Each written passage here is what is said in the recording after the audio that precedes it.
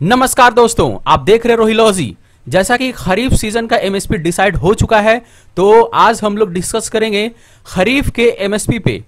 जो भी season start होने वाला होता है उसके पहले ही उसकी एमएसपी डिसाइड कर दी जाती है। और इसको डिसाइड कौन करते हैं, हर एक सीजन में कितने क्रॉप्स हैं, अगर खरीफ सीजन की बात करें तो खरीफ सीजन में कितने क्रॉप्स आते हैं, उनका सब डिवीजन क्या है, इन सब सारे बातों पे आज डिस्कशन करेंगे। आप चैनल पे नए हैं तो सब्सक्राइब करना ना भूलें और बेल आइकन को भी दबा दें। देखिए, हर एक सीजन स्टार्ट होने से पहले उसकी एमएसपी डिसाइड कर दी जाती है। उसको नाम दिया जाता है एमएसपी फॉर मार्केटिंग सीजन। जो भी ईयर चल रहा होता है, अगर अभी 2021 में लगाया गया है तो ये 22 तक चलेगा, तो 2021-22 इसका नाम दिया जाता है। इसी तरह से जो भी सीजन स्टार्ट होगा उसी हिसाब से दिया जाएगा। अगर अगले साल खरीफ की एमएसपी डिसाइड होगी तो 2022-23 इसका नाम रहेगा। तो इसमें 2 साल इंक्लूड होता है, इसको अच्छे से समझ लेना है। उसके बाद अगर बात करें कि टोटल मैंडेटेड खरीफ क्रॉप सीजन के कितने क्रॉप्स हैं, तो ये है टोटल 14। अगर टोटल सब डिवीजन की बात करें एमएसपी के लिए तो वो है 17। देखिए, सब डिवीजन यहां पे मेरा कहने का क्या मतलब है, जैसे कि जो भी क्रॉप्स हैं उसके 2 ग्रेड हैं, किसी के एक ही ग्रेड है। जैसे कि पैडी में अगर बात करें तो एक कॉमन होता है, एक ग्रेड ए होता है। तो इसी तरह से सब डिवीजन होता है। तो मेनली 14 क्रॉप्स ही हैं, मगर 14 क्रॉप्स कौन कौन से हैं उसको भी डिस्कस करेंगे और अच्छे से डिस्कस करेंगे। उसके बाद आगे हम लोग देखें कि ये डिसाइड कौन करती है, तो ये डिसाइड करती है cabinet committee on economic affairs. इसको चेयर कौन करते हैं, तो चेयर हमेशा करते हैं प्राइम मिनिस्टर। उन्हीं के चेयरमैनशिप में वही हेड करते हैं। उसके बाद उनका सिग्नेचर होता है। सारा कुछ फाइनल होने के बाद एमएसपी मार्केट में रिलीज कर दिया जाता है हमारे देश के किसान भाइयों के लिए। तो खरीफ क्रॉप्स कौन कौन सा क्रॉप्स इंक्लूड करता है, मतलब खरीफ सीजन कौन कौन सा क्रॉप्स इंक्लूड करता है।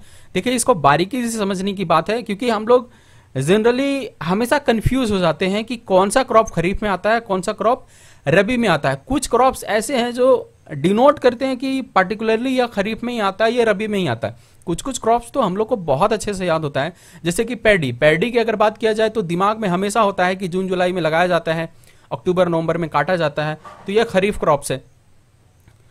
और गेहूं की अगर बात करें तो वो रबी क्रॉप्स है। तो इस तरह से कुछ क्रॉप्स को याद रख सकते हैं या याद जनरली रहता है।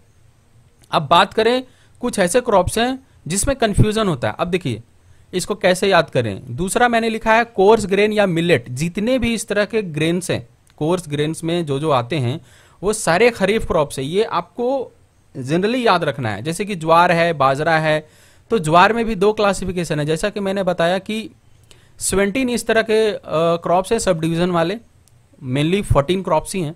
तो ज्वार को 2 क्लास में डिवाइड किया गया है, एक तो हाइब्रिड होता है, दूसरा मलदंदी होता है जो कि देसी होता है। उसके बाद बाजरा है, रागी है। रागी को आप जान रहे अच्छे से, इल्यूसिन कोराकाना इसका साइंटिफिक नेम है, और इसमें दूध से 20 गुना ज्यादा कैल्शियम होता है। उसके बाद मेज। तो ये सब देखिए, जितने भी ये सब कोर्स ग्रेन है, ज्वार है, बाजरा है, रागी है, मेज है, आप इसको 2-3 बार रिपीट करेंगे तो आपको याद रह जाएगा, क्योंकि मोस्ट ऑफ द एग्जाम्स में हम कंफ्यूज हो जाते हैं। ज्वार, बाजरा, रागी, मेज, ये हो गया मेरा कोर्स ग्रेन। उसके बाद पल्सेस की अगर बात करें तो मोस्ट ऑफ द पल्सेस जो हैं वो खरीफ क्रॉप्स में ही लगाए जाते हैं। जैसे कि तूर, अरहर। अरहर आप जान रहे कि सबसे बड़ा पल्स क्रॉप है और इसका रेट भी ज्यादा होता है।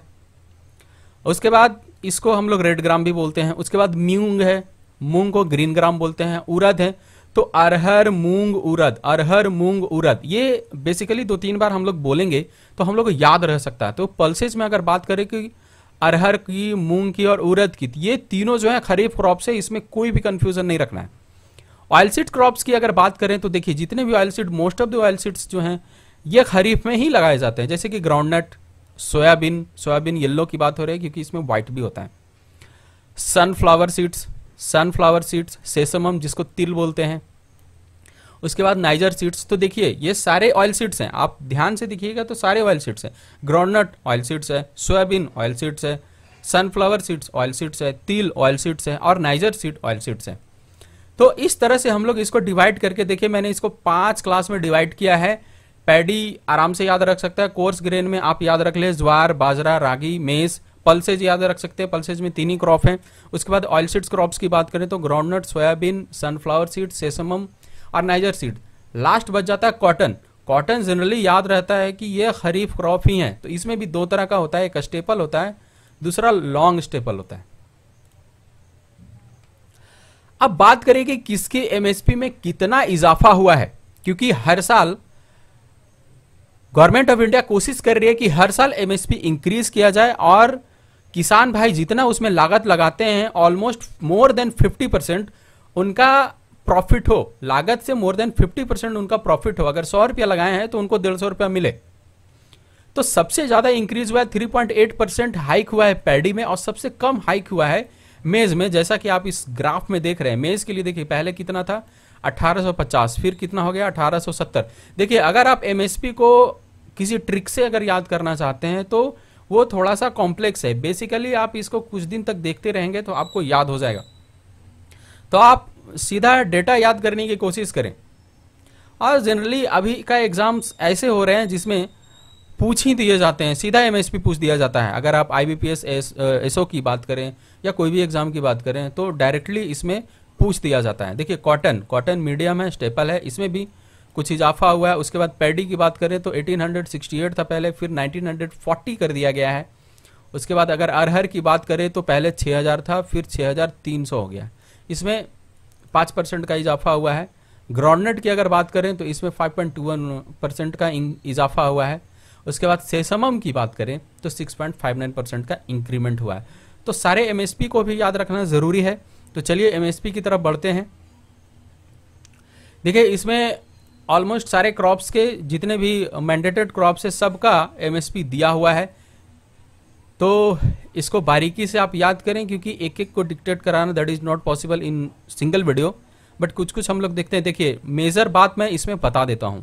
जैसे कि अगर किसी का सब डिवीजन किया हुआ है, जैसे धान में सामान्य है और ग्रेड ए है, तो इसमें मात्र 20 रुपया का डिफरेंस आपको दिखेगा, मात्र 20 रुपीज का डिफरेंस आपको दिखेगा।